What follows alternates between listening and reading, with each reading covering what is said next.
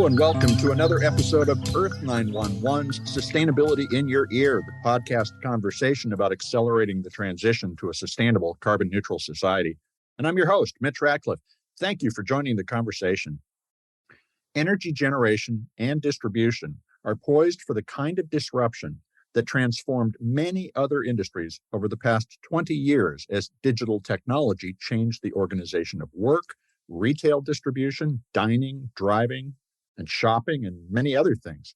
But the electric grid is a stubbornly rigid physical infrastructure that will require vast investments to modernize. The changes that will follow the reorganization of the grid will also transform our relationship to energy as fundamentally as the introduction of electricity and power distribution lines in the late 1800s. It will be a challenge, fascinating, and sometimes terrifying time for energy companies, investors, and consumers. Our guest today is Dr. Tim Lieuwen. He is the Regents Professor, holder of the David S. Lewis Jr. Chair, and Executive Director of the Strategic Energy Institute at Georgia Tech. He's also the author of 4 books on the physics of combustion in gas turbine engines, as well as a member of the governing or advisory boards for the Oak Ridge National Lab, Pacific Northwest National Lab, and National Renewable Energy Lab, among others. Tim joins me to talk about the grid, the impact of the Inflation Reduction Act and bipartisan infrastructure law on renewable power and electrification of the economy, and how long fossil fuels will stay in the energy mix. Welcome to the show, Tim. How are you doing today? Good. Yeah, thanks. Thank you for having me. Well, it's a pleasure to have you here. You know, the Inflation Reduction Act and the bipartisan infrastructure law, both passed and signed into law last year, are the biggest investments in U.S. infrastructure and industrial transformation in more than a generation. You told the Atlanta Journal-Constitution the IRA is working. What signals in the economy make you say that? Yeah, it's actually an exciting time to be in Georgia and to be in the Southeast because sort of the point of the spear of a lot of the developments of these bills are happening in the region. And we're just seeing so much activity in terms of companies locating major clean tech manufacturing facilities here.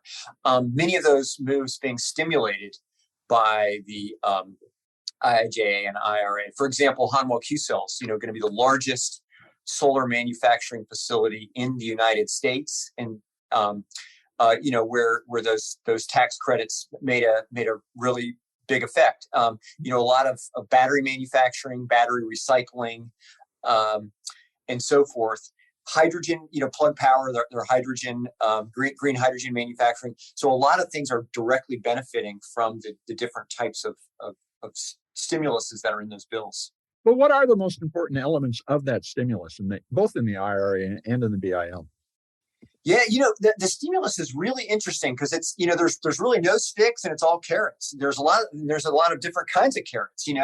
There's the carrots are for domestic manufacturing. The carrots are for domestically sourced minerals. Right. The carrots are for different types of credits. For example, there's up to a $3 production tax credit for making green hydrogen. There is a significant enhancement in tax credits for capturing and storing hydrogen. For example, there's some of these numbers might sound a little esoteric for those who don't work in the industry, but there's a very large tax credit for what's called direct air capture, which is pulling CO2 out of the air, $180 a ton. And then there's a lot of different types of grants and programs for states to build out electric vehicle charging networks, to enhance the resilience and security of the grid, and so forth. Well, the distinction between sticks and carrots is really important because a lot of the times when we talk about our legislation, it's in terms of the government's telling us what we can't do. But what we're really doing is setting up a lot of incentives for where we want to be. Do you think that the BIL and the IRA in particular have a clear definition of where we want to be, something that industry and policymakers are aligned around and on the way towards, or is all the political debate still going to? Yeah, no, it's a great question. I think, and if you look at how the European Union is doing this relative to the U.S., there's political realities and there's just basic economics. And I'm an engineer, not an economist, but I think from everything I've heard, probably the most efficient way to reduce our carbon intensity is with a carbon tax. which is a political non-starter, at least right now in the United States. Whereas the EU, that's a path we're taking. But given that reality, and given just the politics of the situation, I think putting in this situation with a lot of different types of carrots, which are essentially carrots leading the donkey, so to speak, in that same general direction. I think it's going to put us in the right direction. I think the larger philosophical question is whether it's the least cost way to get there is to use sticks rather than, say, a carbon tax. Well, now, when we talk about the grid and the evolution of the grid, a lot of the times the debate is over whether or not renewables, which are not consistently productive, but lumpy, is sufficient. So do you see at this point companies really taking full advantage of the tax incentives and other credits that we're talking about to start to invest in grid resilience? Yeah, so there's a couple issues here, and I think it's really important to talk about timelines as well, because some of these issues around using what we call non-dispatchable generation sources. So in other words, a non-dispatchable source would be a source where it does what it's going to do, and then you can't tell it, as opposed to a gas plant or a nuclear plant or a hydro plant where you can turn it up and down. Mm-hmm. And so today, wind, let's say, is 10% of sort of average U.S. electricity, solar 3%. The numbers are starting to become significant, and in certain grids, like in ERCOT, which is the Texas grid, some days it actually hits 50%. But I would say on average, it's to the point where it's still the lowest levelized cost of electricity source on the market. But what's going to happen now is as these penetration rates go up, as we start to get to 50%, 60%, 70%, that non-dispatchability is you're going to have other things to support you and back you up, such as energy storage. And I think the other, when we talk about energy storage, there's energy storage over a second, over an hour, over a day, over a week, and over months. And all of these are different challenges and different types of technologies. And so I think certainly renewable electricity in the near term is going to continue being the lowest cost way to decarbonize our system, recognizing that probably, let's say post 2030, we're going to really, really need to start thinking about other ways of filling in the peaks and the valleys. I got to spend a lot of time on the grid back in the Y2K days, because I was actually covering the Y2K bug, and it's extraordinary how complex this thing is. But and the language you just used, non-dispatchable, for instance, it's one for most of us, and the time frames of the balance on the network on the grid is really interesting, from minutes to hours.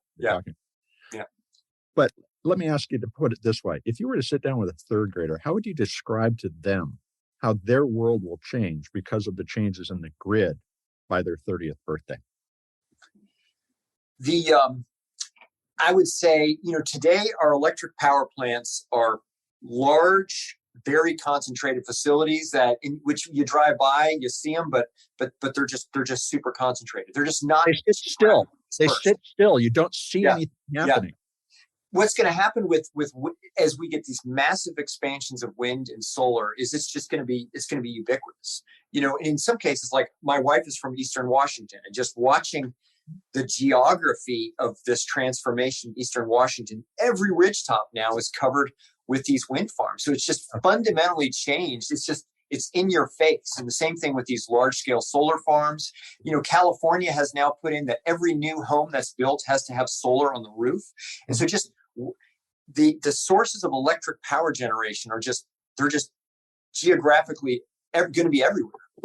Well, and that's really the interesting thing, is that generation is, the sun pours so much energy on us every day, and we have just not used it. Now we're going to be using it. Are we actually entering an era of energy abundance, one in which the balance on the grid becomes almost a trivial problem because we always are generating in one way or another, in addition to all the battery storage? How do you see that evolving? And are there particularly big challenges in front of us?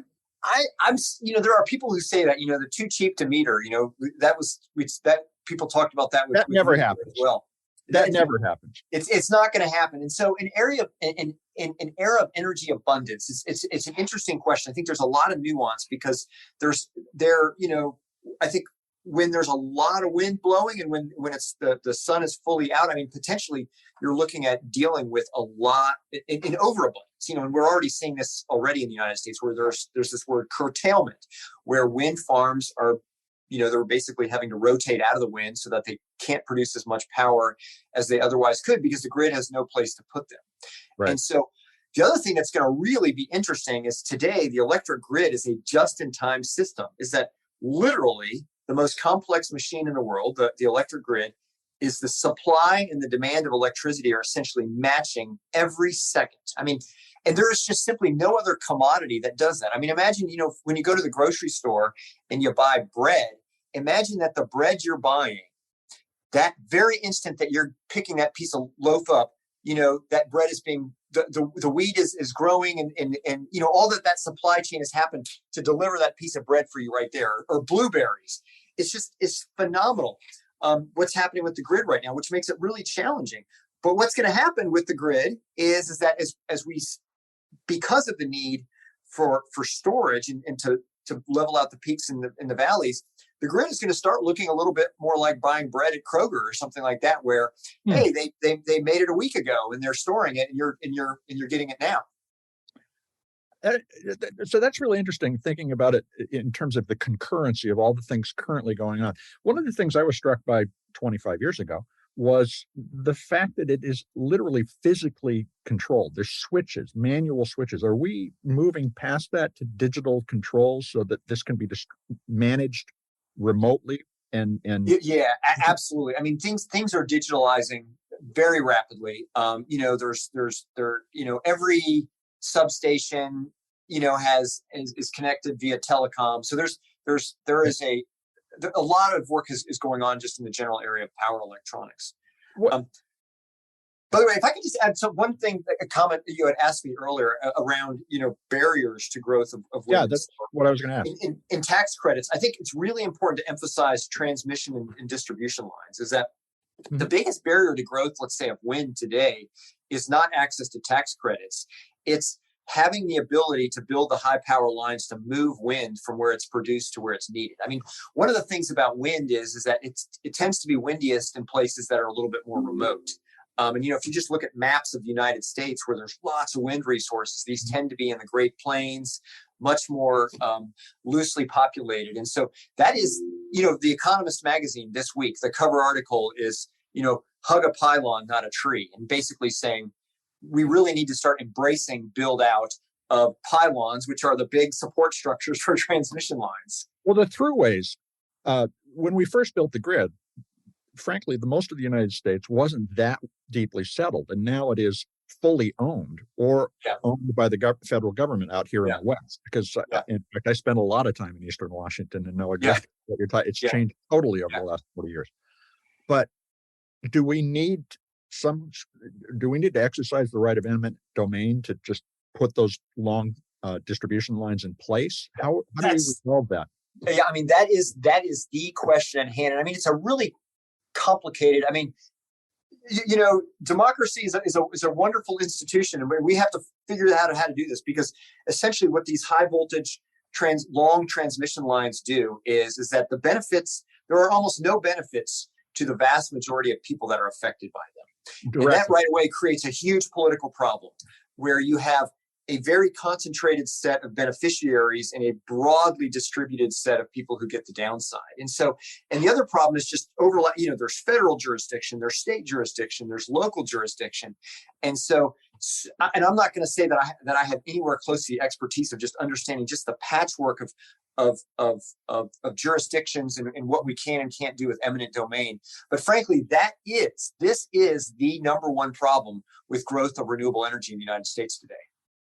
Well, the other big issue is the necessary innovations in battery storage and generations, especially small scale generation, which could plug in a lot of the balance issues that we're going to have locally. Do you see enough progress in the science? I mean, generally people tell me, we have all of the basic science to do this. Do you feel that's true? And do you feel that it's being applied as an engineer to solve the problem correctly?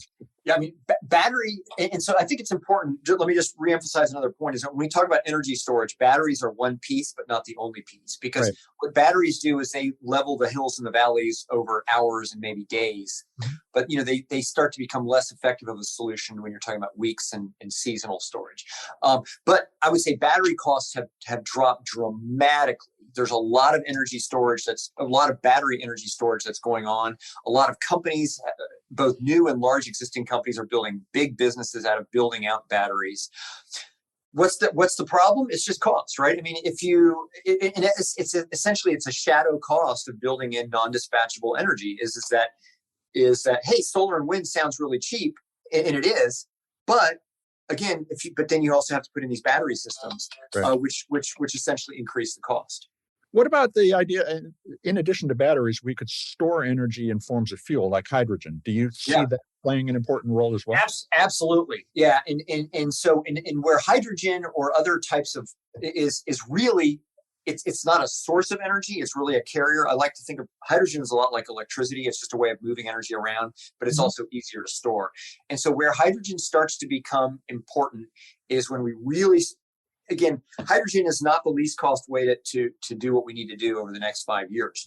But as we start to get really significant amounts of non-dispatchable renewables on the grid, and we really need to start moving energy around the country, and as we need to start moving it around, let's say between when you're producing a lot this month and you need it next month, that's when things like fuels, particularly hydrogen, really start to make sense. Well, and hydrogen is a very electricity-intensive process to make.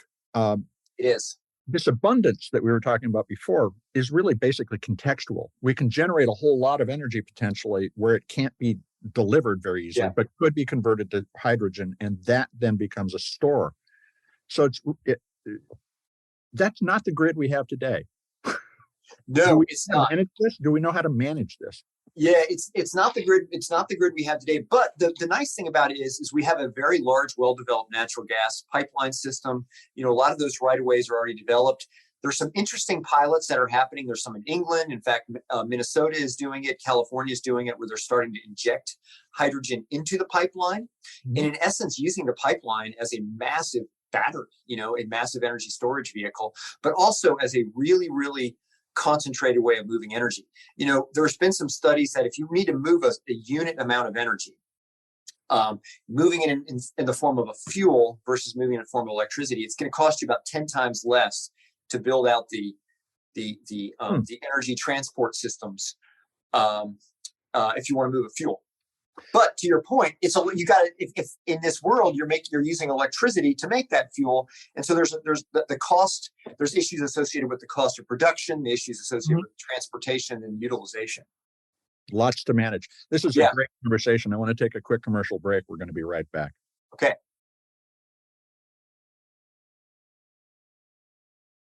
We're back. Let's continue the conversation with Dr. Tim Lieuwen. He is the executive director of the Strategic Energy Institute at Georgia Tech, and we're talking about the evolution, which is going to be complex, of the electric grid. Now, the Energy Information Agency reports that CO2 emissions from electricity generations actually peaked back in the aughts and now contribute fewer greenhouse gas emissions than the transportation sector, which is progress. When do you think that the natural gas peaker plants will really be relegated to purely emergency use as a last resort backup, rather than being an integral part of the grid and still emitting a lot of CO2? Yeah, that's a really good question. I think in a larger question is just what will be the role of fossil fuels in our net zero? If assuming someday forward, let's say 2050, there's a lot of people pointing that direction, where we get to net zero, and there's a question of what's the role of fossil fuels. And I think there's a couple different dimensions to that angle. And so there's a lot of people putting together these models of the U.S. energy system, and people always say all models are wrong, but some are useful. And what these models do is they allow you a little bit of directional guidance in terms of, okay, if we want to get to net zero, what's the least cost way to get there? And I think if you look at anyone's model, if you don't constrain the model, but you just say, what's the least cost way to get there? All of them have the fossil fuels declining in use, but not going to zero. A typical number would be about 20% of our energy in a net zero society will be sourced from fossil fuels. 20%. And so in essence, what it's saying is it's cheaper to use some fossil fuels and then have carbon capture or direct air capture than to have 100% of our energy supplied by renewables and then dealing with just the backups and the resiliency and the energy storage issues. So we're back to local context. Abundance and net zero are related in this sense. Where you are might not be net zero, but collectively the entire grid could be net zero. Yep. So a lot of people think in terms of fossil fuels as an absolute. We either have it or we don't. But you're describing an environment in which 20% of our generation still might be coming from them. What role will they be playing that produces that emissions? Yeah, and I mean it's a great question. I think when I mentioned that 20%, that's basically saying what's the least cost way to get there. It's not thinking about there's going to be a lot of political issues that because jobs are going to be moving around and there's going to be some people who benefit and some who don't. It's going to change that number. There's a lot of people. Fossil fuels bring out a lot of strong opinions. A lot of people are like, we don't want a future with fossil fuels. And so there's going to be that piece, and that's all going to go into the political hopper, and the sausage is going to get made. But what sort of, if you want to just say what's the least cost path to our country, really what it comes down to is that there's a combination. There's first of all some sectors that just really like to use a fuel, and the number one sector for that is aviation. Large long haul aircraft. It's going to be really hard to see a future where they're not using a fuel. But then the other one is that if you think about resilience, is the fact that the grid, we're so used to a grid that is 99.9999% of the time on. We get irritated when twice a year we lose our power for a few months. So if you start thinking about what does it take for the grid not to work on average, not to work most of the time, but for the grid to work 99.9999% of the time, you have to have firm dispatchable power. Mm-hmm. And some of that we have with hydro, some of that we have with nuclear, but that's also kind of where these models are predicting we're gonna need fossil is for that role. So the other 80% of generation will be renewable. Do you think we can get to that level of renewable generation by 2040, let's say? Where are we in terms of our ability to get to net zero? Yeah, which is fuzzy. Yeah, technically, no reason whatsoever that we can't get there. It's 100% politics. It's 100%, and I don't mean politics in a negative way, but it's just the fact of people looking out.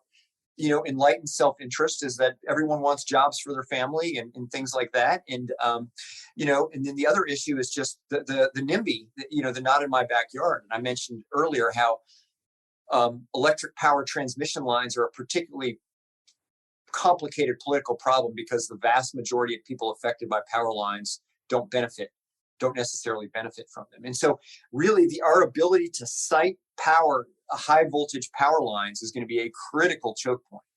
If we can solve that problem, we're going to be well on our way. Politics and money. It's all politics about and money.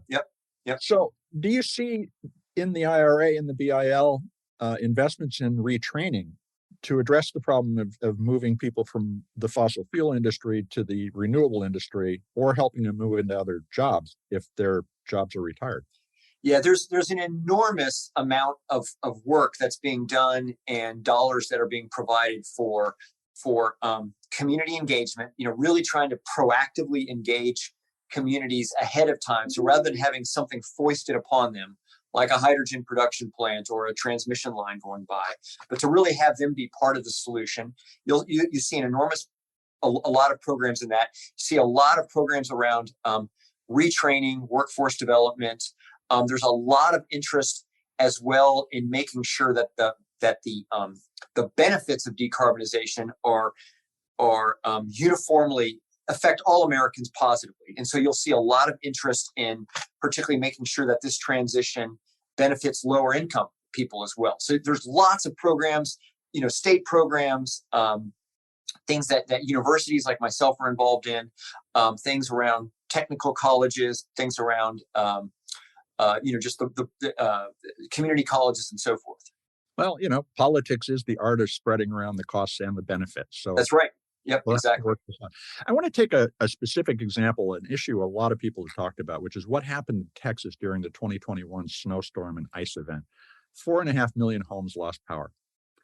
Now, a lot of prominent voices said renewables were at fault. What happened in Texas during that event?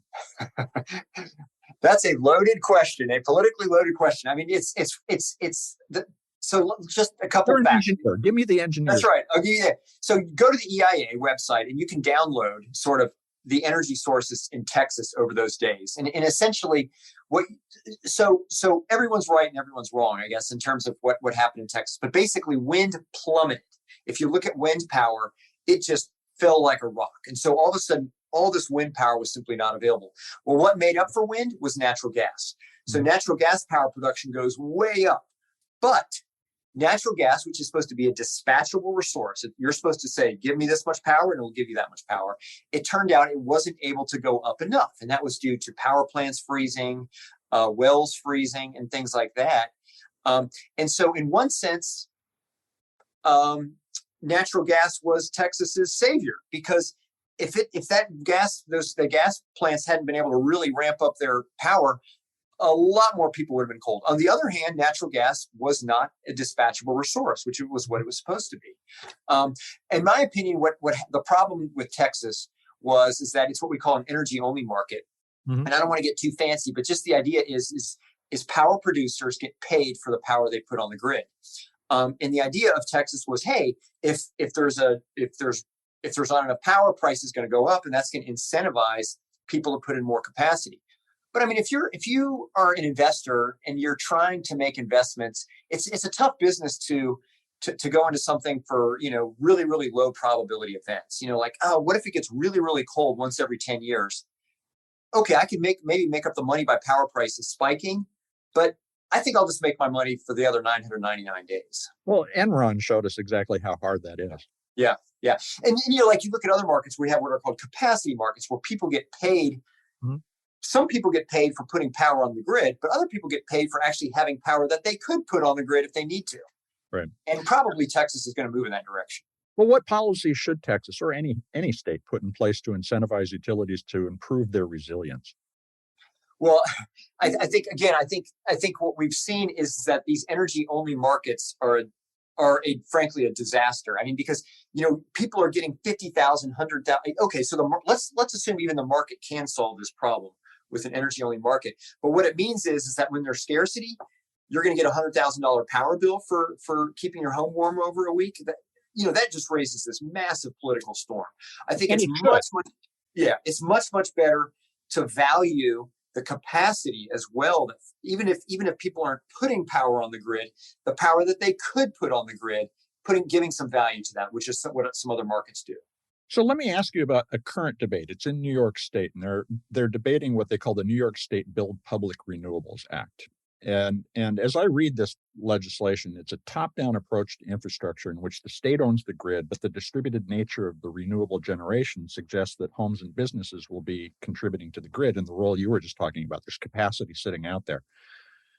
Are there any existing models for public ownership or regulation of private utilities that are prepared for this new reality of a distributed grid? What should we be thinking about in terms of structuring either public or private ownership to account for the dual role that everyone plays now as both consumer and producer? Yeah, I mean, there's a lot of experiments that are going on, and I would say globally. I mean, there's a lot of experiments going on in the United States. There's a lot of experiments going on globally. And just the issues of I'm calling from Georgia, where we have a vertically integrated utility that owns both the generation source as well as the transmission assets and the distribution assets, and then you have other markets where that's distributed around. I would say I think it's too early to say what the best way to manage this is because each one of these different types of experiments that are going on have different pros and cons. I think some of these more market-based approaches have some real potential ability to use competition to drive down costs. But then you run into issues like you have with Texas, where who ultimately owns resilience and reliability? And really, to me, that's going to be the issue. Who will ultimately, where does the buck stop when the grid goes down? Whose problem is it? Who gets laid off? Well, Who gets fired? Yeah. Not just the political, but the practical problem in that casting ownership in a particular sense is our ownership concepts are pretty dated. Yeah. And we're talking about a resource and a set of costs associated with the resource that are now being differently distributed. It doesn't feel like we have the politics to do this because we're using politics primarily to block the other side rather than to collectively figure out what we're going to do together. Yeah, and I'd say the other issue beyond there certainly are political issues, but I think it also goes to, again, where the costs are being distributed. Like, for example, if you look at some of the net metering, there's a lot of different things around net metering, which is basically if you put some solar panels on your roof, hey, if you want to sell it back to the grid, what price should you get? And there's a lot of different numbers and some controversy in some states like Arizona have really dialed those back. But what it ultimately goes back to is the value of that power that you're providing, and because essentially what the homeowner or whoever's putting on the grid will argue for a higher value because they're saying, hey, I should get paid for the electrons that I'm putting on the grid. Whereas maybe the utility might say, well, but when you don't put it on the grid, I have to make it up. So It's still my problem. And I still have to maintain the wires. A shared responsibility and shared obligation. Yeah, and so I'd say that's the issue too. Beyond politics, it's just how do you appropriately apportion those costs and benefits of this grid? Where there's a lot of things that have to happen. In a sense, that's the question we started with, but it is the question we're living with. And yep. So that I want to turn quickly to something you mentioned a few minutes ago, which is aviation fuel. You work on turbines and combustion. What form of propulsion do you think will dominate aircraft design in the 2040s? Is it going to be hydrogen, biofuels, or are we still going to be burning fossil fuels? So I think the answer depends on the size of the aircraft. I think smaller aircraft, particularly, let's take UAVs. They're going to be all electric. I think there's going to be good reasons for them to be all electric, or potentially maybe hydrogen. I think maybe even small commuter aircraft potentially could go electric. There's all electric has some, and I say this as a person who grew up working on cars, and I love reciprocating engines, but all electric has some significant benefits in terms of total cost of ownership. There's just a lot less moving parts, a lot less stuff to break. Pistons not going up and down, just causes durability issues. So total cost of ownership benefits are a huge driver for electrification. But on the other hand, there's nothing like a gas turbine for producing a lot of power in a very dense way, which is why larger aircraft, I think, are going to be powered by probably, in fact, I'll say more than probably, I'll put my money on this, liquid fuels powered by gas turbines. One caveat, though, you said fossil fuels. I would say it's not necessarily clear that they'll be fossil fuels. They will be a liquid. They will be a liquid fuel. They will look like today's fossil fuels, but they could be 100% renewable. What we call sustainable aviation fuels, SAF. That's encouraging to hear. And I want to thank you for spending time with us today. And one last question. If you had a recommendation for a listener today, one thing they can do to accelerate the move to renewable energy, whether it's on their part or their community's part, what action do you recommend they take? Well, I think I'll just say the near-term thing is we have to have ways of getting renewable energy into the market. And the biggest problem that we're having is build out of transmission, electric power lines. So just being much more open to expansion of transmission and distribution for electricity. Great. Thank you, Tim. I appreciate your time today. It's been a pleasure to talk with you. Absolutely. Thank you very much. We've been speaking with Dr. Tim Lieuwen. He is the executive director of the Strategic Energy Institute at Georgia Tech. And we covered a lot of ground here, so let's summarize the takeaways with a few thoughts. Unlike many laws, the Inflation Reduction Act and bipartisan infrastructure law are relying primarily on incentives, not restrictions on citizens or companies' ability to make choices. The political contests over our national strategy to reach net zero emissions by the late 2040s or earlier is fueled by, and that pun is intended, existing industries fighting to retain their position in the energy generation market. But the oil and gas industry are also well subsidized to the tune of many dollars per gallon of gas delivered. So in that sense, the renewables incentives in the IRA and BIL are, at most, a leveling of the playing field. So it's up to us as consumers to ask for what we want, renewables, not oil and gas, in order to lower our home or business's environmental impact. It's the quintessential American choice in that sense. But Tim also argued that fossil fuels, particularly natural gas, will remain in service for to a limited degree. The distribution of energy generation is increasing. Almost any surface or hilltop can be utilized to make electricity, while the ability to distribute all that newly accessible power is unevenly available because we need to build more long electric line corridors to move power around, to dispatch it, as Tim said. The debate over the value of a kilowatt hour of energy will be highly local, and the context of where and how power is generated and stored will define the political and economic struggles for dominance on the grid. The cost of a kilowatt hour is going to vary from place to place, just like it always has, but based on different factors. Renewables seem inevitable, but face ongoing political and economic pressure, and the end of the fossil fuel subsidies may be the only way to break the logjam. As I said in the introduction, the future will be exciting and terrifying all at once as we continue to explore how we're going to reshape our grid. So we'll be continuing to track this on the show. Trust me. Would you take a moment to share this podcast or any of the other more than 390 interviews we've produced on sustainability in a year? I'd certainly appreciate it. If you'd take a moment to write a review on your favorite podcast platform, that would help your neighbors find us. Folks, you're the amplifiers that spread more ideas so we can all create less waste. Tell your friends, family, and coworkers they can find us on Apple Podcasts, Spotify, iHeartRadio, Audible, or any of their other fine purveyors of podcast goodness that they prefer. Thank you so much for your support. I'm Mitch Ratcliffe. This is Earth 911. We will be back with another innovator interview soon. In the meantime, folks, take care of yourself, take care of one another, and let's all take care of this beautiful planet of ours. Have a green day.